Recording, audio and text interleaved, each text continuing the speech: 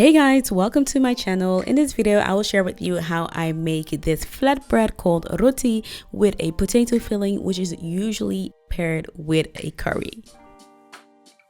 So for this recipe I use flour, water, oil, salt, butter, baking soda, cumin, garlic, and potatoes.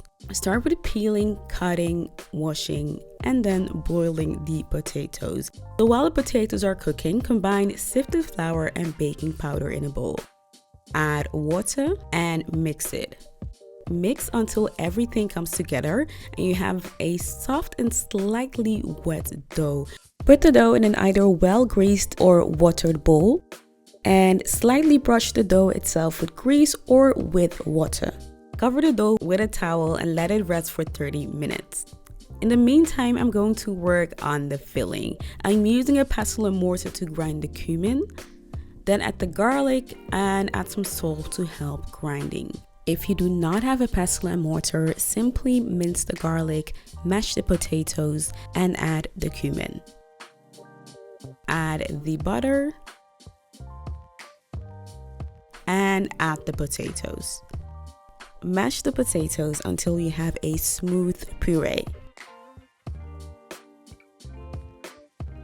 So here is the dough. It has been resting for 30 minutes. I am dividing the dough by twisting off pieces, and I greased my hands with oil before doing this to make it go a little bit smoother. So knead each piece into a bowl and gently use your fingers to flatten the dough like I am doing here. Add a little bit of the potato mixture in the center.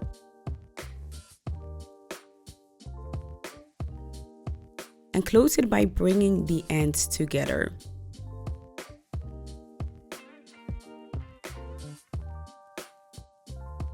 Repeat the same steps for the remaining pieces of dough.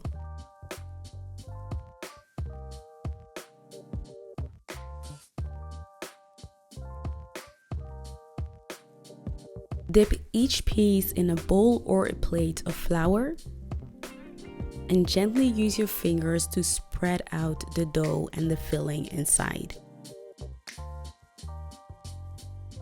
Put it on a floured surface and roll the dough.